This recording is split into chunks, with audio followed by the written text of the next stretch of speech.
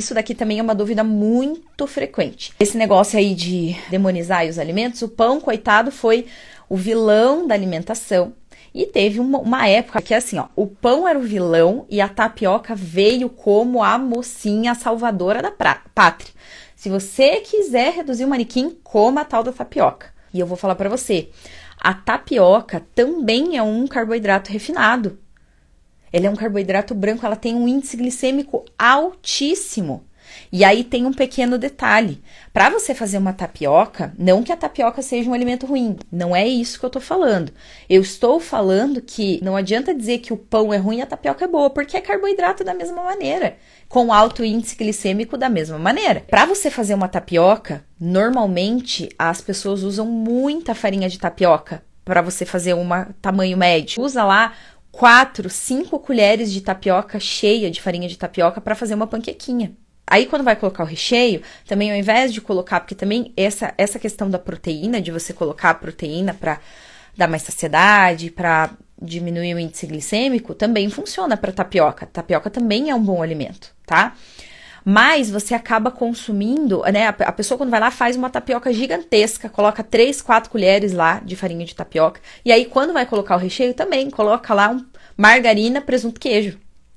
Ou seja, você vai estar consumindo uma quantidade muito grande de carboidrato, bem maior do que se você fosse comer um pãozinho, por exemplo. E aí você vai estar colocando ali um recheio que não vai te ajudar em nada, que não vai te dar saciedade. Ou seja, você vai comer essa tapioca lá com margarina, presunto e queijo, dali meia hora você já vai estar com fome de novo, você vai querer comer mais uma, e depois mais uma e mais uma, tá? Então, quer comer a tapioca? Não tem problema nenhum, não tô aqui falando que é um alimento ruim. Tanto a tapioca quanto o pão são bons alimentos para você usar nesses lanchinhos intermediários. Porém, sempre deixe ela mais rica em nutrientes, tá? Deixe ela mais nutritiva.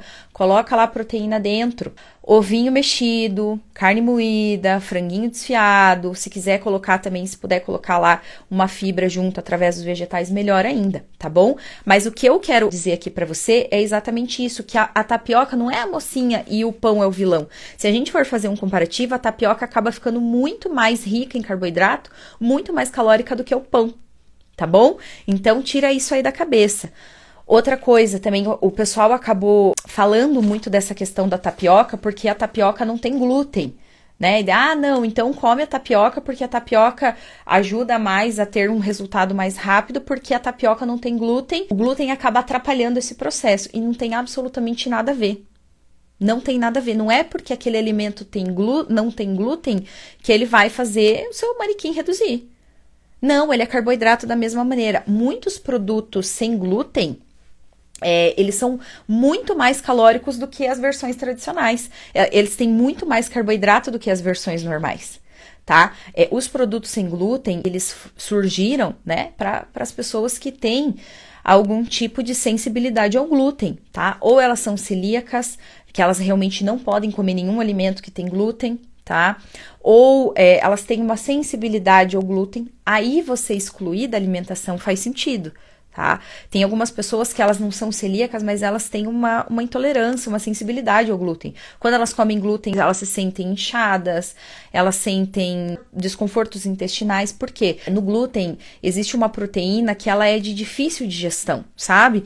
Então ali para algumas pessoas, algumas não têm esse problema, mas para algumas pessoas a digestão acaba ficando bem difícil. Então aí quando come muito glúten sente muitos gases, sente aquela barriguinha inchada, mas por quê? Porque o glúten ele tem uma digestão mais difícil, mas isso não significa que os alimentos que não contenham glúten sejam menos calóricos do que as versões normais, tá? Isso daí também é um mito.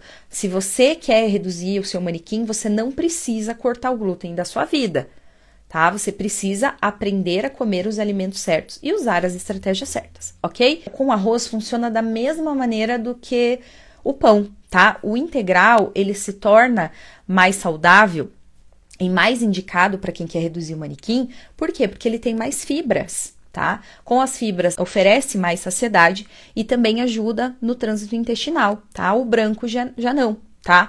Mas em questão de calorias, eles são bem equivalentes.